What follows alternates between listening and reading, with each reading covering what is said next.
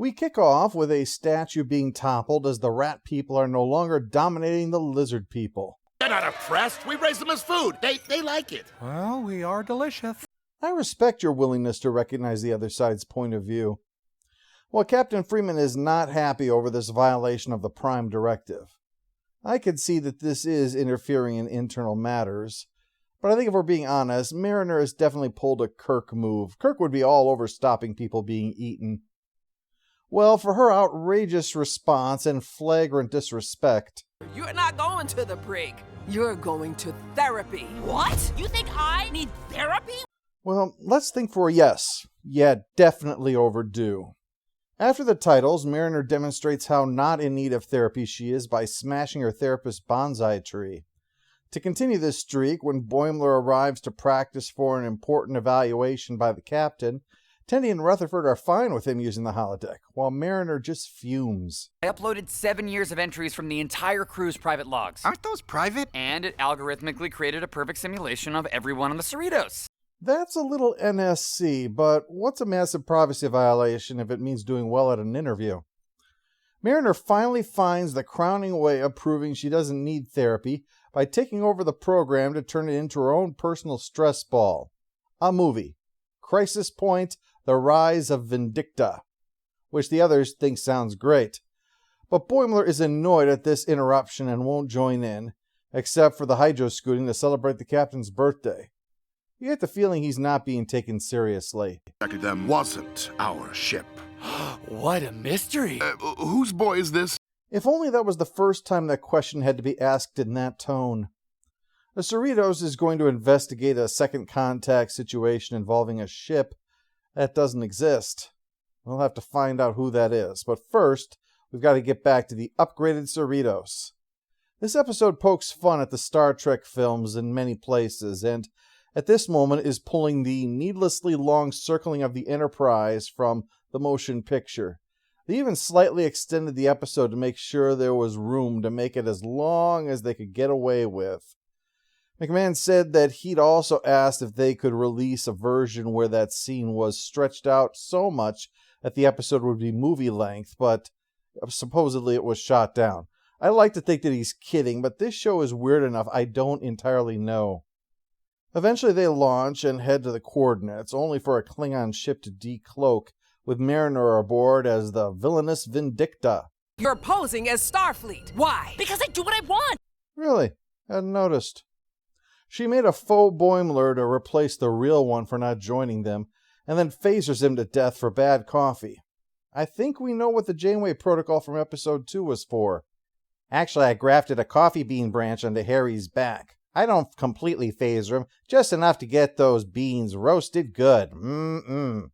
Well, this broadcast is all a distraction. They send over a little ship and she begins vaporizing the crew, which is one layer of awkward, fantasizing about murdering your colleagues. Then Tendi brings up the uncomfortable implications of Mariner's fantasy for her to go and take some slaves. But there's no time for her to elaborate because Rutherford has just realized he has the opportunity to tell his boss what he really thinks of him without consequences. You think you're the best engineer in the fleet. Well, I've wanted to say something to you for a long time. You are the best engineer in the fleet! Rutherford speaking truth to power. Yeah, one problem with this is that Mariner's fantasy isn't really anyone else's. He has more fun saving the ship with Billups than trying to kill everyone. And Tendi is getting really tired of the Orion slaver pirate narrative that Mariner is pushing, and the sick pleasure that she's taking in being a really awful person. Like the fact that right now we have a Jeffrey Dahmer show on one side and this documentary on that Danish nut with the submarine on the other. It makes Mariner look all kinds of fucked up. And what's even more telling is what's bothering Tendi isn't that this is who Mariner really is, it's that who Mariner wants to think that she is. If I cannot be the hero, then I shall be such a villain they will realize the mistake of doubting me. Something like that. Definitely the kind of stuff that means you need therapy. Being covered in blood and talking about torturing people should really raise a red flag. So she goes and confronts her mom, blowing up her own ship to send the Cerritos into the atmosphere and crashing a la Generations and Star Trek Beyond. Perfect chance for a one-on-one fight, except that it's not one-on-one. Mariner joins in to defend her ship, during which the real Mariner lays into the fake Mariner for, well, all the shit that she is doing at this very moment, when you get right down to it. It's kind of hard to process this. You know how Wile E. Coyote runs off a cliff, suddenly realizes that he has been running on thin air, and then finally just plummets? Well, imagine if instead he knew from the moment he ran off the edge that he was running on air, never needs to have the revelation because he already knows it, but still keeps running, impossibly running, just running and running. Because maybe if you run far enough, you'll get away from the whole idea of ever falling. But in the end, there is always going to be a splat. That's my psychoanalysis by way of Looney Tunes. You're welcome. Mariner's doppelganger makes her realize how she really feels about the ship and her mom being her captain and all of that stuff. And she thinks that she's had a real breakthrough. She thinks this is the best therapy she's ever had. In fact, next time she sees her mom, she acts all nice and apologizes for the way she's been acting.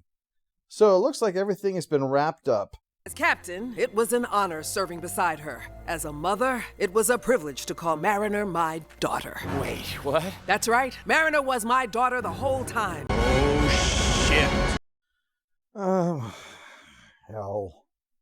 Alright, fine. I'm going to let you connect the dots so that I don't actually have to. The longest job that I have ever held in my life is this one. I'm incredibly lucky with that. But that means that when I think about work right now, it means working alone, at home, in my bathrobe. Don't hate the player, hate the game.